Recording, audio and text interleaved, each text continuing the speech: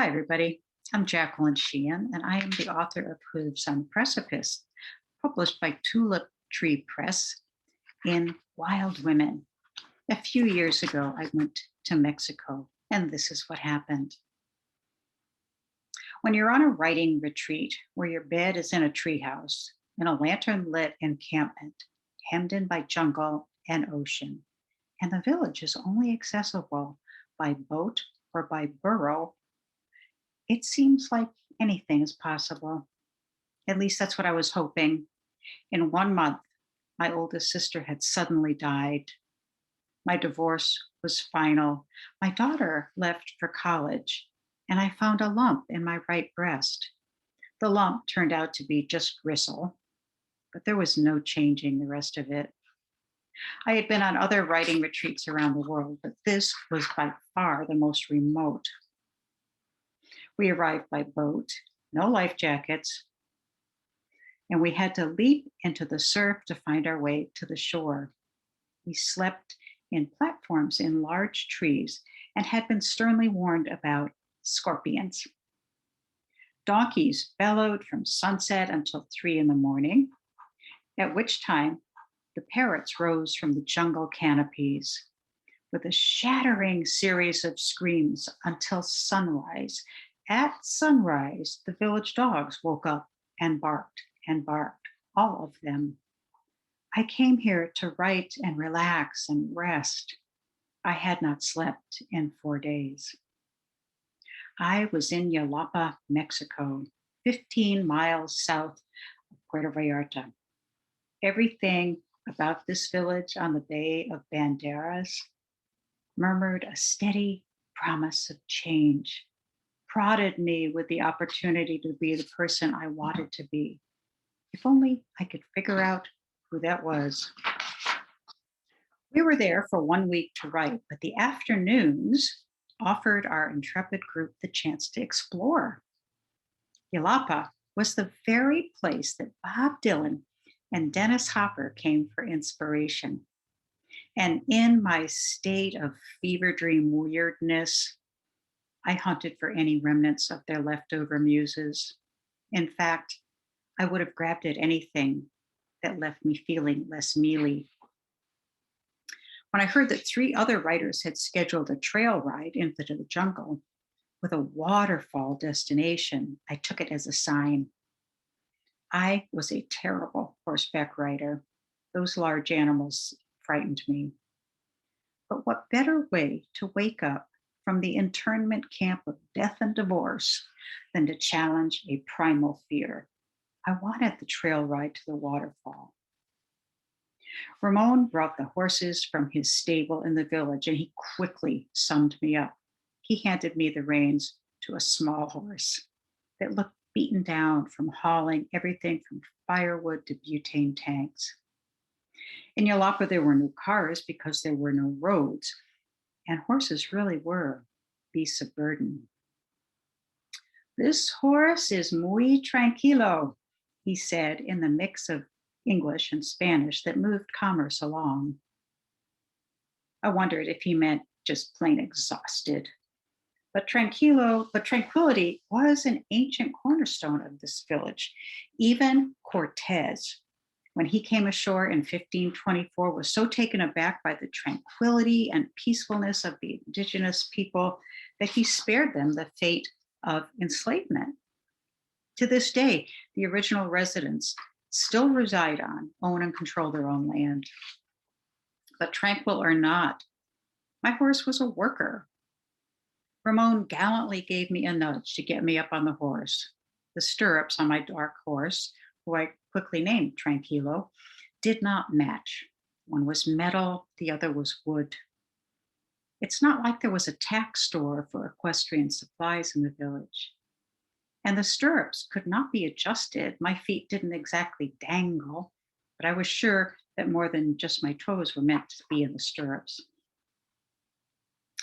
The other 3 riders had either lived in Wyoming or were sent to dude ranches as teenagers because they swung their legs over the horses like pros.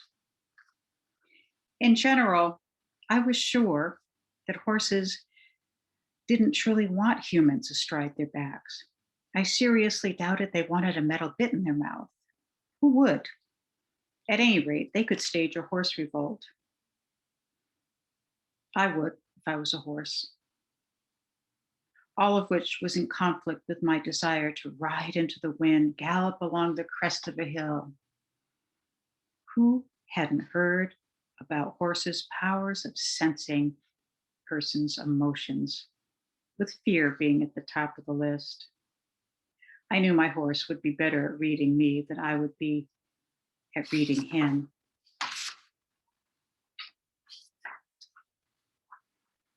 I made a choice.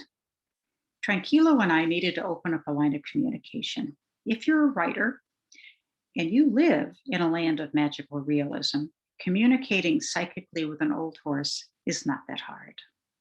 Tranquilo said, I have gone this way 1,000 times. See this boulder? This one's name is Juanita. She kisses my hooves each time I touch her. Watch me, feel me. I'll carry you. I chanced to tilt my pelvis to see if there was room to move without falling off. A less gracious horse would have rolled his eyes at my hesitancy. Tranquilo responded by giving me more space. My sit bone squawked. He said, oh, me too. Here, let's tilt together. There, that's better. Fortunately, our psychic language was in English. And so we started down the trail, following close to the others, past the village palapas made of banana leaf and palm, past the open fires in front of each family, water boiling in the pots, past the women washing clothes in the wide, shallow river, and the skinny, short-haired village dogs bristling at attention as we went by. The air smelled of wood smoke, dung, and the rich scent that came from Tranquilo. I should say that he was not the most handsome of horses. He was filled with flaws of a lifetime, nicks and scars. I feared that if I put my glasses on and looked at his skin, I would see worse than that. I decided not to examine too closely. Not that he would have minded, he was beyond such embarrassment. But I chose to offer him something. I chose to offer him the illusion of sleekness, of rippling flank muscles and a shining coat. I picked a burr out of his mane. We left the palapas and went suddenly and alarmingly up a steep incline. The narrow trail hugged a hill on the right, and on the left was oblivion, a deep canyon dotted with boulders. When I looked over the ledge, I was so shocked that all my ligaments spontaneously weakened and my stomach turned upside down. I pictured my crumpled body at the bottom of the canyon. But Tranquilo pulled us up with surprising strength. I flattened my torso over his neck and held on. This location lodged in my brain as the place of terror that must be revisited if we were ever to return from our journey. It etched in my skin in deep blue and red tattoos and stayed with me all day. All my fear focused on the dread of going down the sharp, steep corner, the unimaginably bouldered trail. It was also where I was likely to dismount and crawl on all fours rather than to ride downhill. We continued to go up and up along rivers, sometimes down, but mostly up. I spoke to him in bits of Spanish every time he pulled us up through a difficult passage. Muy bueno, I murmured, and I stroked his neck. I experimented with micro movements, left and right, forward and back, leaning back when Tranquilo pitched downward, forward when he pulled us up into a climb. I felt the steadiness of his pace, Tranquilo's personal rhythm. He knew everything about the trail, everything. When one of the horses took off into the trees with a rider, Jared, our trail guide, said, You have to be the one in control. The horse must know that you are in charge. I was not in control of my life and not the least bit in control of this horse. That was just not so with Tranquilo and me. I didn't even know the right questions to ask him. This was his world, not mine. I let him drive. We arrived at the waterfall, and I would like to say it was worth the dusty, arduous ride. But even the refreshing pool of water seemed irrelevant. Something else was scratching at my brain as we swam, ate, and scribbled away in our notebooks. It was the thought of the return trip. It stripped all the glisten from the waterfall. We saddled up again. The majority of the return journey was going down, back down. After an hour, Tranquilo descended a steep and purely boulder covered passage that looked impossible. I panicked when he was busy picking his way, and I did something. I don't know what, clenched, leaned forward, but I nearly caused us to stumble. At the bottom, he sighed, heavy breath flapping his soft lips. This was his ultimate show of displeasure. I'm sorry, I said. I wasn't ready. Then he did this amazing thing right before the next steep decline that looked even more improbable than the last one. He stopped and gave me what I needed, a space to get ready. He felt me adjust, sit back, relax, and then and only then did he go on. He understood the exact places where I needed more time. He understood this about me. Call me delusional, but he offered me a kind of acceptance I hadn't felt in years. As we approached the place of terror, I tried everything: relaxation, imagery.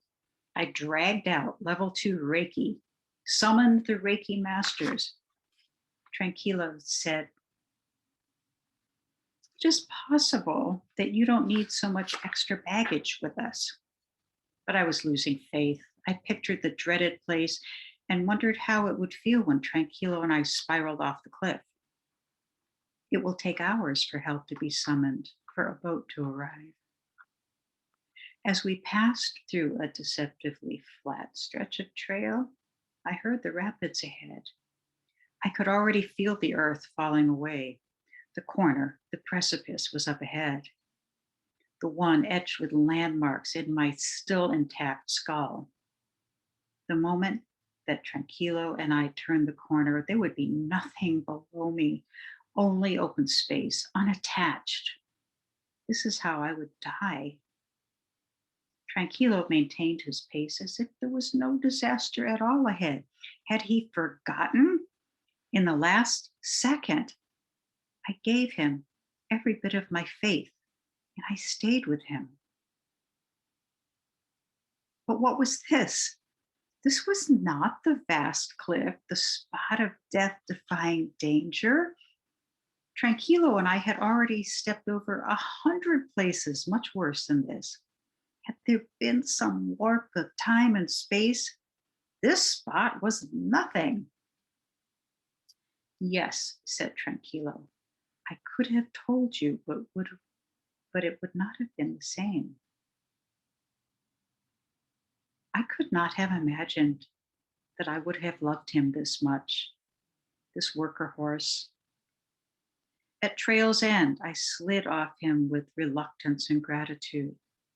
I fished around in my pack for anything that I had to give him, and I found an apple core. With all the sweet grace that was his nature, he accepted it. I will never ride a galloping stallion over the crest of the hill with the wind in my hair. I am a terrible horseback rider. But for one day through the jungle, Tranquilo was my gleaming stallion. That evening, with my lantern turned down, I slept to the pure melody of burros, their nocturnal arias bouncing off the mountain wall, cloaking me with warm notes. The green parrots took over and entered my dreams at the appointed time, soothing me with tales of hope and faith. Howling dogs brought in the sweet dawn. I felt a warm ember of hope tucked under my ribs, and I felt the steady clomp of Tranquilo's hooves matching my heartbeat. Somewhere out there, Tranquilo was waking up, and so was I. Thank you.